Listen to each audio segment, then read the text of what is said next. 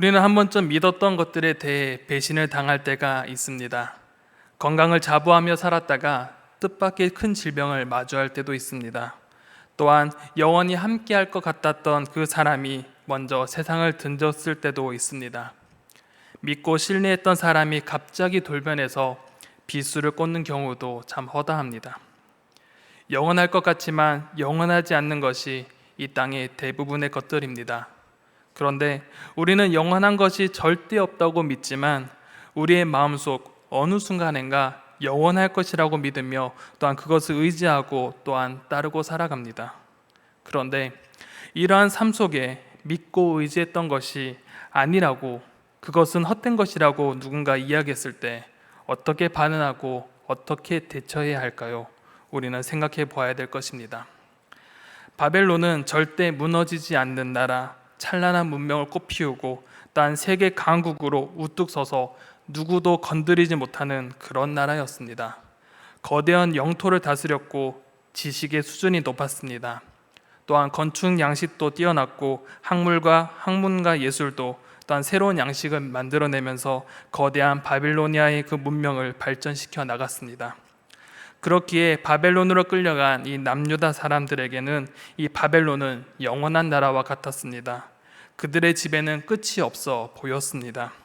그런데 이러한 끝이 보이지 않는 영원할 것 같은 이 나라를 향하여 하나님께서는 상상하지 못할 말씀을 그들에게 전해주십니다.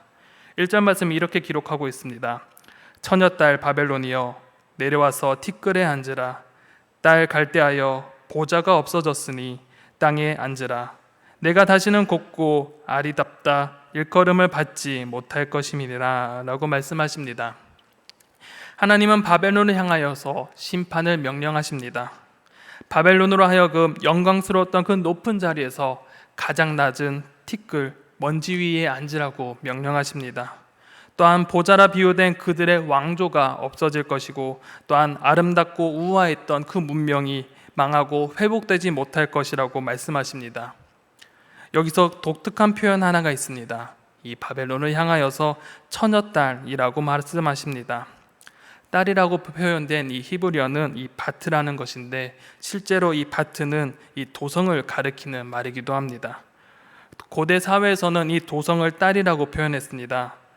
그런데 여기서 처녀라고 부르면서 이 도성이 너무나 젊은 도성이라고 부릅니다. 즉 바벨론은 쇠락하고 망하기에는 너무나도 젊은 도성이라는 것입니다. 앞길이 창창하고 모든 것이 참으로 찬란할 것 같았던 그 문명이 누구도 상상할 수 없을 만큼 그 순간인가 멸망하게 될 것이 없습니다. 당대 최고의 나라였고 최고의 문명을 자랑하고 누구도 건드릴 수 없는 나라, 영원히 지속될 것 같은 이런 나라를 향하여서 하나님을 멸망할 것이라고 선언하십니다. 실제로 바벨론은 70년도 채 못된 채 망하게 되었습니다. 바벨론은 이 하나님의 심판으로 인하여서 한순간에 흙먼지 위에 앉게 될 것입니다. 그리고 화려한 보좌를 빼앗기고 또한 수치를 당하게 될 것입니다. 2절에서 3절에 보면 그들이 당할 수치를 이렇게 표현하고 있습니다. 맷돌을 가지고 가루를 갈며 너울을 벗으며 치마를 걷어 다리를 드러내고 강을 건너라. 내 속살이 드러나고 내 부끄러운 것이 보일 것이라. 내가 보복하되 사람을 아끼지 아니하리라. 맷돌을 통해 가루를 간다는 것은 종의 신분이 된다는 것을 뜻합니다. 또한 그 다음에 너울이라는 것은 당시 상류층 여성들이 얼굴에 쓰고 다녔던 이 수건인데 이것을 벗는다는 것은 그들이 노예가 된다는 것입니다.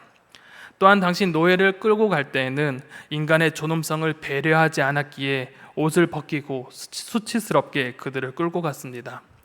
찬란했던 그들의 문명과 힘은 한순간에 나락으로 떨어지고 존귀했던 그들의 영화는 수치를 당하게 될 것입니다. 누구도 건들지 못한 이 나라임에도 그들이 수치를 당하고 쇠망하게 되는 것은 바로 이 전능하신 하나님께서 역사하시기 때문입니다. 하나님의 전능하심은 인간의 찬란한 힘과 능력보다도 크시며 또한 인간의 역사를 하나님께서 주관하시며 역사하시는 분이 바로 하나님이십니다.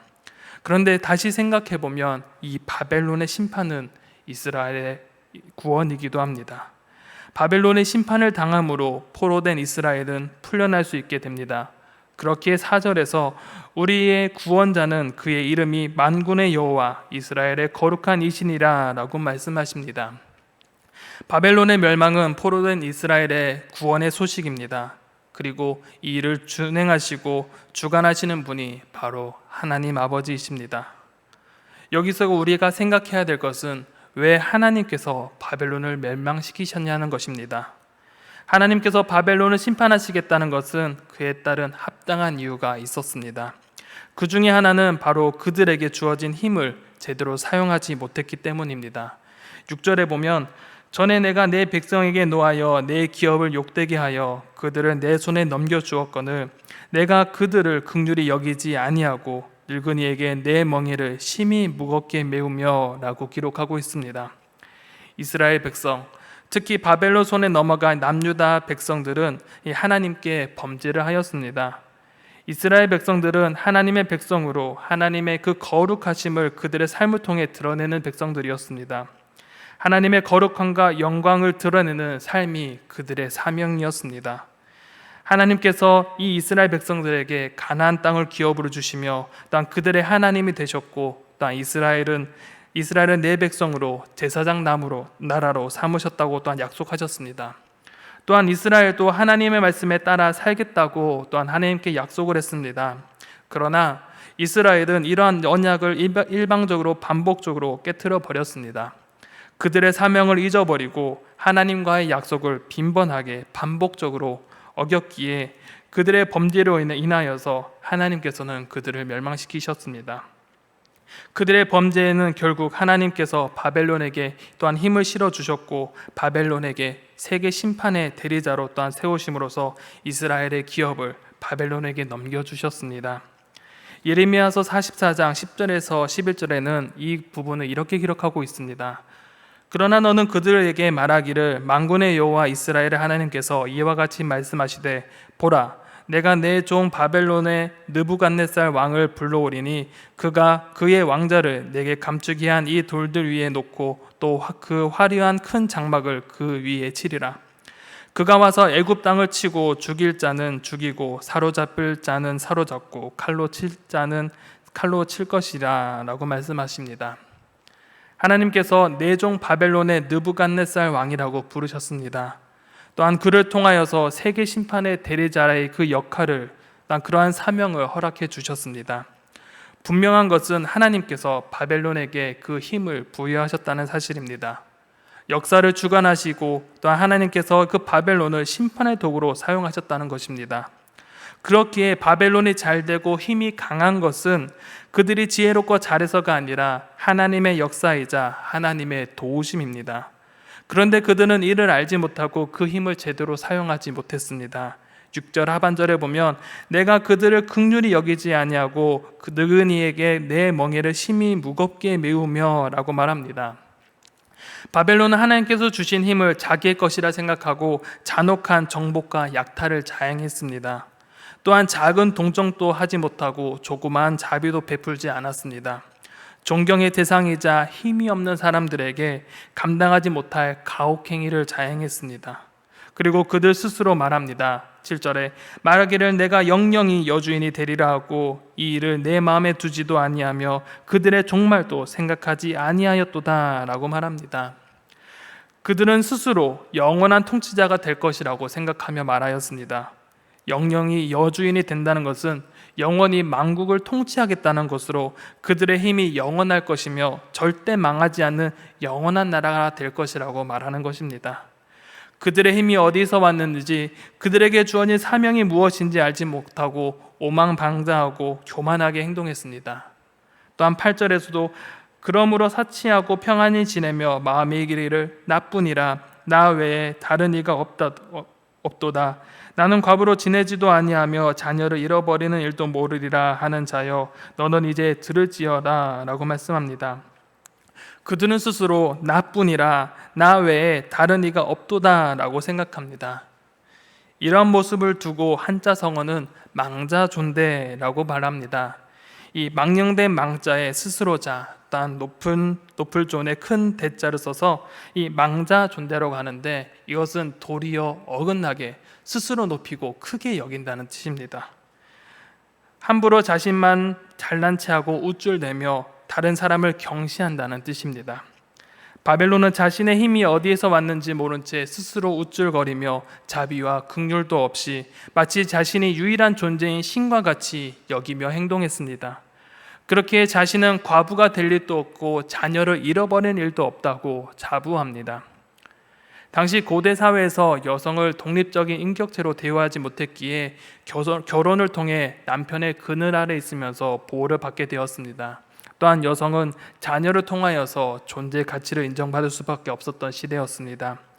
이를 바탕으로 바벨론을 결혼한 여성으로 그들의 신을 남편으로 바벨론의 백성을 자신의 또한 자녀로 또한 비유합니다. 당시 고대는 자신을 지켜주는 수호신이 있었고 그 신을 모시며 또한 살아왔습니다. 바벨론은 마르둑이라는 태양의 아들을 주신으로 섬기며 그들을 자신의 지켜주는 수호자라고 생각했습니다. 바벨론은 자신의 주신인 마르둑이 자신들을 지켜주고 그 누구도 자신들을 무너뜨릴 수 없다고 생각했습니다. 찬란한 문명, 강력한 힘을 가졌기에 그 힘이 너무나 커서 누구도 넘볼 수 없는 영원한 통치자가 되었다고 생각했습니다. 그렇기에 자신을 지켜주는 신이 점령을 당한 일도, 그 신이 없어질 일도 없고 자신의 백성들과 자신이 누려왔던 부귀영화가 없어질 것이라고는 상상도 하지 못한 채 오만한 자세로 망자존대한 삶을 살아왔던 것입니다. 그러나 이러한 바벨론을 향하여서 하나님께서는 9절에 이렇게 말씀하십니다. 한날에 갑자기 자녀를 잃으며 과부가 되는 이 두 가지 일이 내게 임할 것이라. 내가 무수한 주술과 많은 주문을 빌릴지라도 이 일이 온전히 내게 임하리라 라고 말씀하십니다. 하나님께서 이들 가운데 개입하시고 그들을 철저하게 심판하시겠다고 말씀하십니다. 그들이 지켜준다고 생각했던 수호진도 없어질 것이고 그들과 함께 살아왔던 백성들도, 그들이 누려왔던 부귀영화도 모두 다 없어질 것이라고 말씀하십니다. 그런데 그들은 이러한 심판이 임했을 때 그들은 사력을 다해 그 심판을 막으려고 노력을 할 것입니다. 자신들의 수호신에게 보호해달라고 사정할 것입니다. 또한 무수한 주술을 시도하며 많은 주문을 동원하며 그 심판을 어떻게든 막아보려 할 것입니다. 그러나 그들이 아무리 노력해도 하나님의 심판은 피할 수도 막을 수도 없고 온전히 임하게 될 것입니다. 그리고 여성으로 비유된 바벨론을 향한 이 하나님의 보복과 심판은 다시 10절에서 11절까지 다시 한 번 더 선언됩니다. 내가 내 악을 의지하고 스스로 이르기를 나를 보는 자가 없다 하나니 내 지혜와 내 지식이 너를 유혹하였음이라. 내 마음에 이르기를 나뿐이라 나 외에 다른 이가 없다 하였으므로 재앙이 내게 임하리라. 그러나 내가 그 근원을 알지 못할 것이며 손해가 내게 이르리라. 그러나 이를 물리칠 능력이 없을 것이며 파멸이 호련히 내게 임하리라. 그러나 내가 알지 못할 것이니라 라고 말씀하십니다. 바벨론이 심판받을 수밖에 없는 그 이유는 스스로 악을 의지했기 때문입니다. 그들의 악은 그들의 주술과 주문이 그들을 보호한다고 생각했고 그들의 주신을 섬기며 그것에 안정감을 둔 것이 그들의 악이고 악을 의지했던 것입니다. 또한 그들의 지혜와 지식이 그들의 힘이 되어 그들 스스로 천상천하 유아 독점의 그 교만함에 빠지기도 했습니다. 그들은 스스로 위대했다고 생각했습니다. 그들이 가진 힘이, 그들이 가진 신이, 그들이 가진 뛰어난 지식으로 보호받으며 자신들의 위협할 존재가 없다고 생각했습니다. 그러나 그들의 오만과 교만과 악행은 하나님의 심판을 불러왔고 그들이 의지했던 것들은 하나님의 심판 앞에 도움이 되지 않을 것입니다. 심판을 지연시키지도 또한 그 심판을 경감시키지도 못하고 온전히 그들에게 심판이 임하게 될 것입니다. 뿐만 아니라 그들이 가진 지혜는 하나님의 심판 앞에 무용지물이 되어 심판의 근원도 왜 심판이 있는지도 알지 못할 것입니다. 하나님께서는 바벨론을 심판하실 것입니다.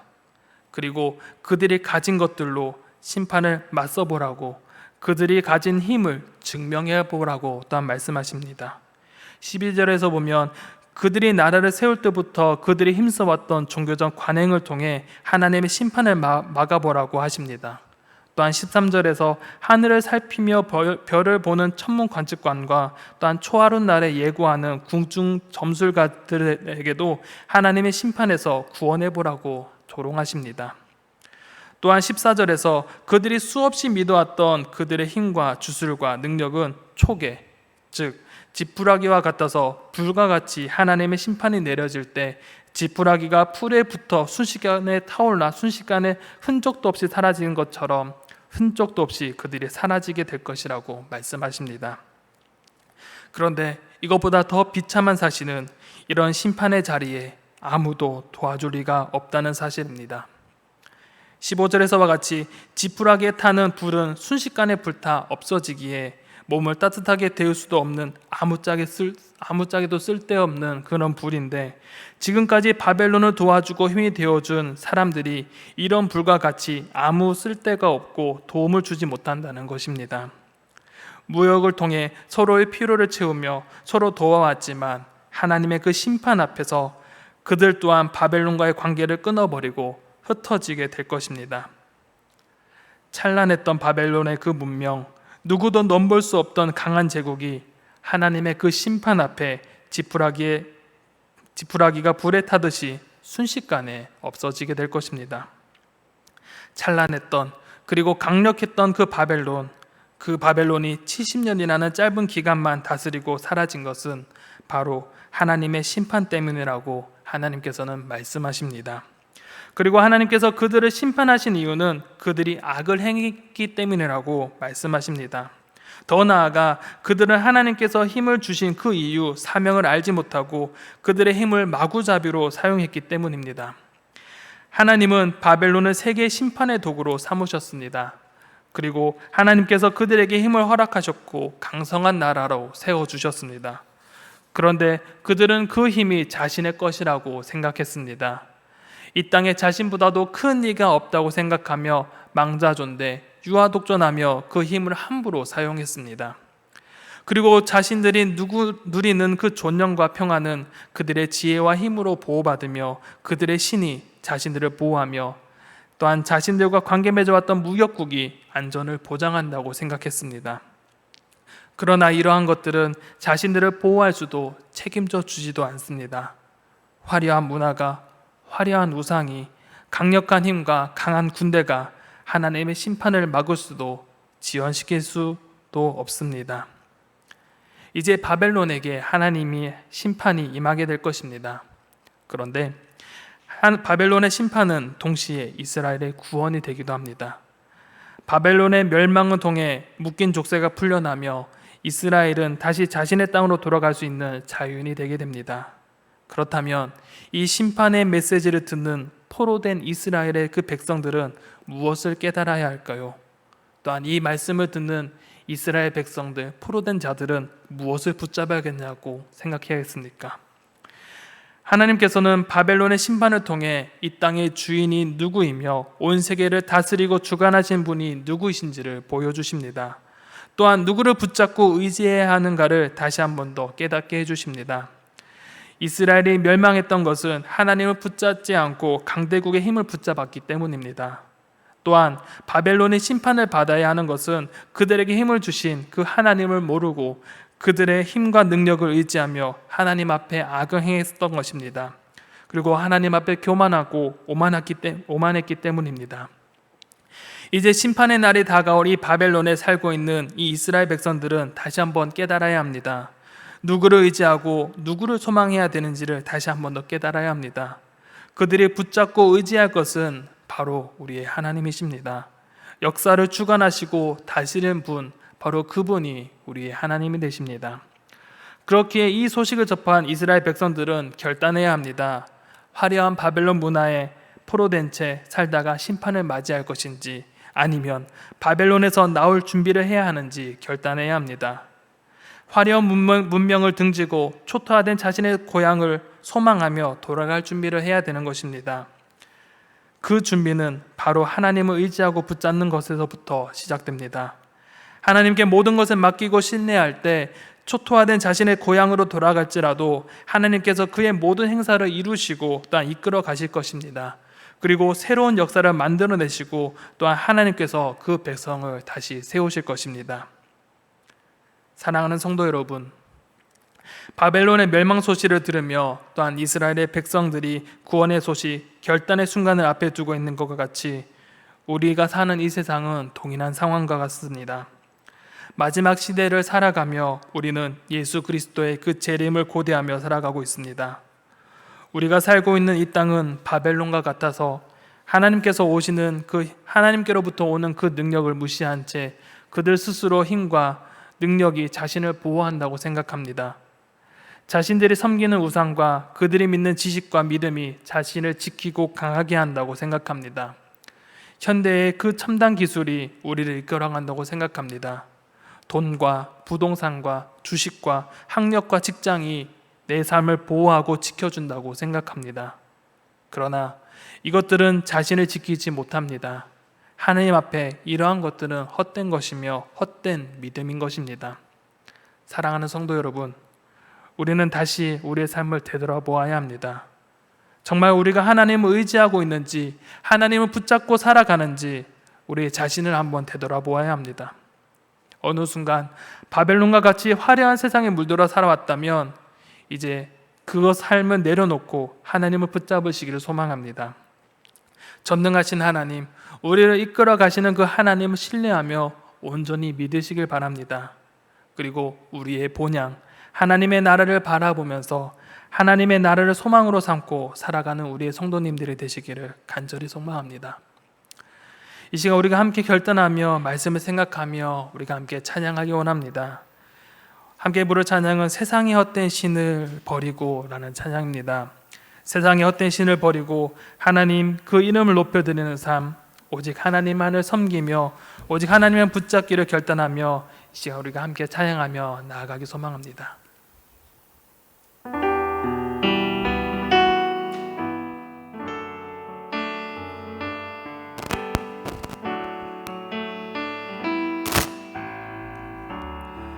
세상의 헛된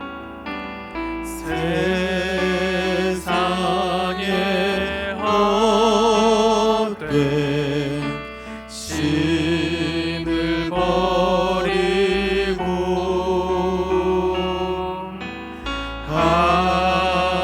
하나님 이름 높여드리세.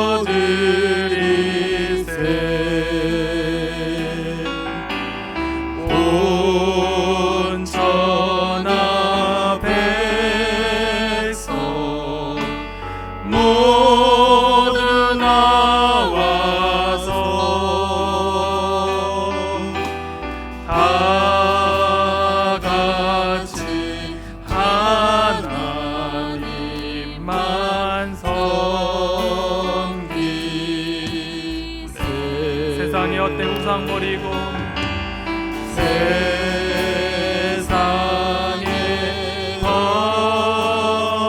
헛된 우상 버리고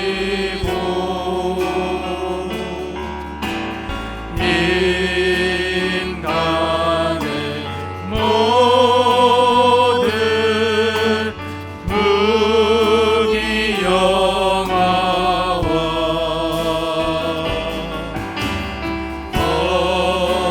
거짓과 불의 모두